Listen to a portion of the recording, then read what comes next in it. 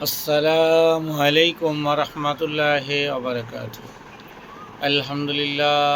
আলহামদুলিল্লাহি নাহমাদুহু ওয়া নাস্তাঈনুহু ওয়া নাস্তাগফিরুহু ওয়া নু'মিনু বিহি ওয়া নাতাওয়াক্কালু আলাইহি ওয়া নাউযু বিল্লাহি মিন শুরুরি আনফুসিনা ওয়া মিন সাইয়্যাতি আ'মালিনা ওয়া মান ইয়াহদিহিল্লাহু ফালা হাদিয়া লাহু ونشهد أن لا إله إلا الله ونشهد أن محمدا عبده ورسوله أما بعد فخير الحديث كتاب الله وخير الهدي هدي محمد صلى الله عليه وسلم الأمور بهدساتهم بدعة وكل بدعة جلالة وكل جلالة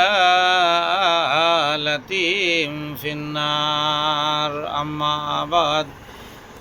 প্রিয় সুধী, গতদিন বলেছিলাম হজরত ইব্রাহিম আলাইহিস সালামের সুযোগ্য পুত্র হজরত ইসমাইল আলাইহিস সালাম নিয়ে আলোচনা।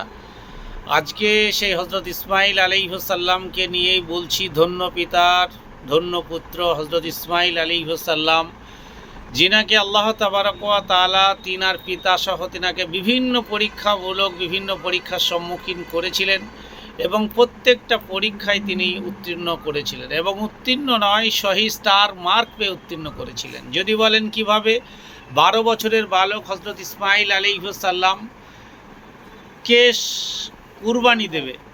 কুরবানি দেওয়ার উদ্দেশ্যে তিনার বাবা বলছে, হে বৎস, আমি আজকে স্বপ্ন দেখেছি তোমাকে আমি জবেহ করছি। তিনি বললেন, হজরত ইসমাইল আলাইহিস সালাম 12 বছর বয়স, সেই 12 বছর বয়সে তিনি বললেন অবশ্যই আমার কোনো অভিমত বললেন এবং ভাবলেন যে আমার আব্বু হচ্ছে আল্লাহর নবী হজরত ইব্রাহিম আলাইহিস সালাম, তিনি যেটা বলেন অবশ্যই তিনি বানিয়াটি কিছু বলেন না, অবশ্যই এর ভিতরে কোনো যৌক্তিকতা আছে বা যুক্তিকতা আছে। তিনি আব্বাকে এক বাক্যে বললেন, ইনশাআল্লাহ আমি রাজি, কোনো সমস্যা নেই। তখন সেই ছেলের বয়স মোটে 12টা বছর। 12টা বছর বয়স যখন যে বাচ্চা, সেই বাচ্চা কি করে এইরকম জ্ঞানে বা গরিমাতে এত প্রকার হতে পারে। তো 12 বছরের শিশু সাধারণ বান্দানন বিশিষ্ট নবী হজরত ইব্রাহিম আলাইহিস সালামের পুত্র হজরত ইসমাইল আলাইহিস সালাম, তিনিও আল্লাহর প্রেরিত নবী হবেন। তো হজরত ইসমাইল আলাইহিস সালাম বললেন আমার কোনো সমস্যা নেই। তো অবশ্যই যখন এরকম কথা কানে গেল, শয়তান ভাবলো তাই তো ইসমাইলকে যদি আমি আজকে আমার প্রচনাতে যদি তাকে আমি আমার শয়তানের জায়গায় আনতে পারি, তাহলে নিশ্চয়ই আমার জায়গা পাকাপুক্ত হয়ে যাবে। এমতো অবস্থায় ইবলিস তার কাছে গেল এবং গিয়ে বলল, জানো ইসমাইল, তোমার আব্বা তোমাকে জবাই করতে যাচ্ছে বা কুরবানি করতে যাচ্ছে। শিশু ইসমাইল বলল, অবশ্যই যদি আল্লাহ চাহে তো আমি জবে হব বা কুরবানি হব, নিশ্চয়ই এটা আল্লাহর অভিমত। তুমি আমাকে শয়তানি প্রচনা দিতে আসছো, তোমার শয়তানি কথাতে আমি কোনোভাবে গলব না। সুবহানাল্লাহ। শিশু ইসমাইলের যেমন সুন্দর জ্ঞানে ভরা, শয়তানের প্ররোচনা ইসমাইলের দৃঢ়তা আরও বেড়ে গেল। তিনি আরও কঠোর হলেন যে আমার আব্বা যেটা বলেছে অবশ্যই সেটা আমি প্রায়োরিটি দেব।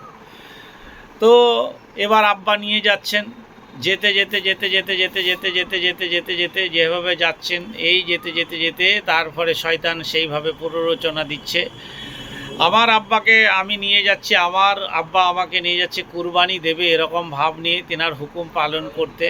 তা এই রকম ব্যাপার নিয়ে তখন যিনি যেভাবে যাবেন সেইভাবে গিয়ে এবার আল্লাহর দ্বারস্থে কুরবানি হবেন এবং কুরবানি হওয়ার আগে তিনি যে চোখ বাঁধতে হবে আব্বুর, এবং আব্বুর যদি চোখ না বাঁধা হয় তাহলে হয়তো চোখে তিনি আমার দিকে তাকিয়ে মায়াতে পরিপূর্ণ হয়ে যাবে।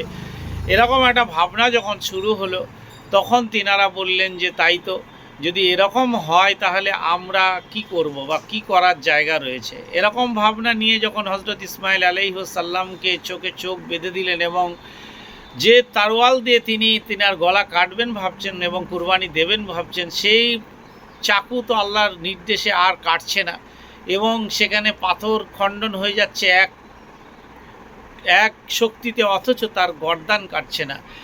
আল্লাহর কাছে ফরিয়াদ করছেন, হে আল্লাহ তুমি আমাকে কি পরীক্ষায় ফেলালে। আবার আল্লাহ তাবারক ওয়া তাআলা তার এই প্রচেষ্টায় এত খুশি হয়ে গেলেন সেখানে ইসমাইলকে সরিয়ে সঙ্গে সঙ্গে একটা দুম্বা দিয়ে সেই দুম্বার জায়গা তৈরি করে নিলেন এবং কুরবানি হয়ে গেল। সেই উদ্দেশ্য নিয়ে আজও আমরা কুরবানি করছি। কুরবানিটা আজ থেকে শুরু নয়, অবশ্যই হযরত আদম আলাইহিসসালাম থেকে শুরু করে একদম হাবিল এবং কাবিল থেকে শুরু করে এ যাবৎ চলছে।